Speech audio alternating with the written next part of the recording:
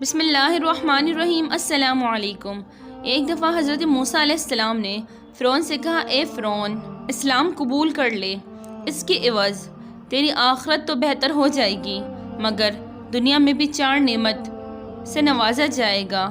تو علی الاعلان اس بات کا اقرار کر لے کہ اللہ کے سوا اور کوئی خدا نہیں، وہ بلندی پر افلاک اور ستاروں کی بستی میں جنوں انس، شیطان اور جانوروں کا پیدا کرنے والا ہے، پہاڑوں، دریاؤں، جنگلوں اور بیابانوں کا بھی خالق و مالک ہے۔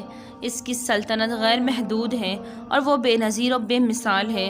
وہ ہر شخص و ہر مکان کا نگہبان ہے، عالم میں ہر جاندار کو رزق دینے والا ہے، آسمانوں اور زمینوں کا محافظ ہے، نباتات میں پھول پیدا کرنے والا ہے اور بندوں کے دلوں کی بات جاننے والا ہے، سرکش اور حاکم اور ان کی سرکوبی کرنے والا ہے۔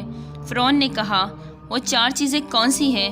آپ علیہ السلام مجھے بتائیے، شاید ان عمدہ نعمتوں کے سبب میرے کفر کا شکنجہ ڈھیلا ہو جائے، میرے اسلام لانے سے سینکڑوں کفر کا کفل ٹوٹ جائے اور وہ مشرف با اسلام ہو جائے۔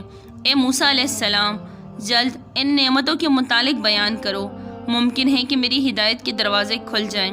حضرت موسیٰ علیہ السلام نے حکم الہی سے فرمایا، اگر تو اسلام قبول کر لے تو پہلی نعمت تجھے یہ ملے گی کہ تو ہمیشہ تندرست رہے گا اور کبھی بیمار نہیں ہوگا، اپنے خانہ تن میں تعلق خداوندی کا ایسا خزانہ دیکھے گا جس کو حاصل کرنے کے لیے تو اپنی تمام خواہشات نفسانی کو مرضیات الہی کے تابع کرنے کے لیے مجاہدات میں جان تک دینے کو تیار ہو جائے گا۔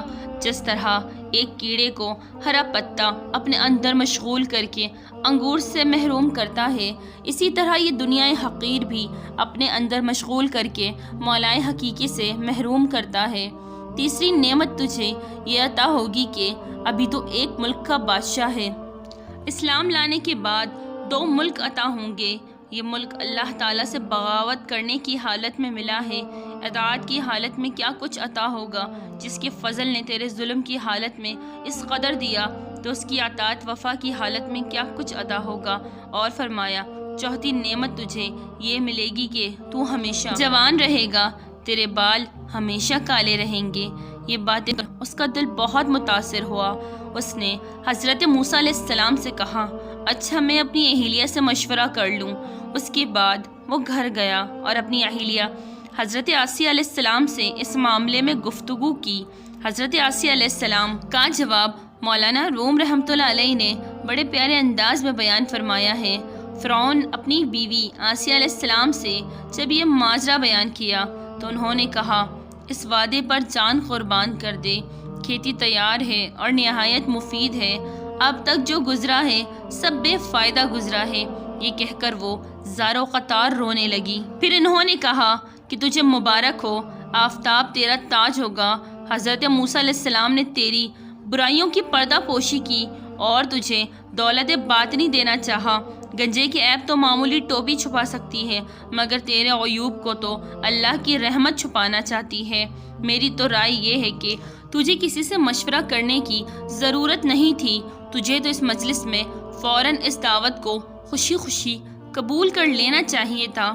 حضرت موسیٰ علیہ السلام نے جو دعوت تمہیں دی ہے کوئی ایسی ویسی بات تو نہ تھی جس میں تو مشورہ ڈھونڈتا پھر رہا ہے۔ اے فرعون، یہ عنایت تجھ پر خدا کی ایسی ہے جیسے ابلیس پر رحمت ہونے لگے۔ یہ حق تعالیٰ کا معمولی کرم نہیں ہے کہ تو جیسے سرکش ظالم کو یاد فرما رہے ہیں۔ ارے مجھے تعجب ہے کہ اس کے کرم کو دیکھ کر خوشی سے تیرا پتا کیوں نہیں پھٹ گیا۔ حضرت آسیہ علیہ السلام نے فرعون سے کہا، تو پس و پیش نہ کر، ایک قطرے کو فوراً بہا دے اور اپنے نفس کو جھکا دے، تکبر سے باز و اعراض نہ کر تاکہ دریائے قرب حق سے تو مشرف ہو جائے۔ حضرت آسیہ علیہ السلام نے رغبت دلائی کہ جلد از جلد حضرت موسیٰ علیہ السلام سے رجوع کر لو۔ فرعون نے وہی الفاظ پھر سے دہرائی، اچھا ہم اپنے وزیر حامان سے بھی مشورہ کر لیں۔ آسیہ علیہ السلام نے کہا، اس سے بیان نہ کرو، وہ اس کا اہل نہیں، بھلا اندھی بڑھیا بادشاہی کی قدر کیا جانے۔ نا اہل کے وزیر بھی نا اہل ہوتے ہیں، ہر شخص اپنے ہم جن سے ہی مشورہ لینا پسند کرتا ہے۔ الغرض فرعون نے اس سے ساری باتیں کہہ دی اور اس سے مشورہ مانگا کہ مجھے کیا کرنا چاہیے۔ حامان یہ سن کر لال پیلا ہو گیا، وہ غصے میں آ کر اس نے اپنی گریبان چاک کر ڈالی شور مچانا اور رونا دھونا شروع کر دیا اور اپنی دستار کو زمین پر پٹک دیا اور کہا، ہائے حضور کی شان میں موسیٰ نے ایسے گستاخی کی۔ آپ کی شان تو یہ ہے کہ تمام کائنات آپ کی مسخر ہے، مشرق سے مغرب تک سب آپ کے پاس خراج لاتے ہیں اور سلاطین آپ کے آستانہ کی خاک خوشی سے چومتے ہیں۔ انہوں نے آپ کی سخت توہین کی ہے، آپ تو خود پوری دنیا کے لیے مسجود اور معبود بنے ہیں، اب آپ ان کی بات مان کر ایک ادنا غلام بننا چاہتے ہیں؟ اگر آپ کو اسلام کی دعوت قبول کرنا ہے تو مجھے پہلے مار ڈالے تاکہ کم از کم میں آپ کی توہین اپنی آنکھوں سے نہ دیکھ سکوں۔ آپ میری گردن فوراً مار دیں، میں اس منظر کو دیکھنے کی تاب نہیں رکھتا کہ آسمان زمین بن جائے اور خدا بندہ بن جائے، ہمارے غلام ہمارے آقا بن جائے۔ یہ تکبر جو حامان میں زہر قاتل تھا، اور اس زہر آلود شراب سے حامان بد مست ہو کر احمق ہو گیا تھا، اور اس کے مشورے سے فرعون نے قبول حق سے انکار کر کے خود کو دائمی رسوائی اور عذاب کے حوالے کر دیا۔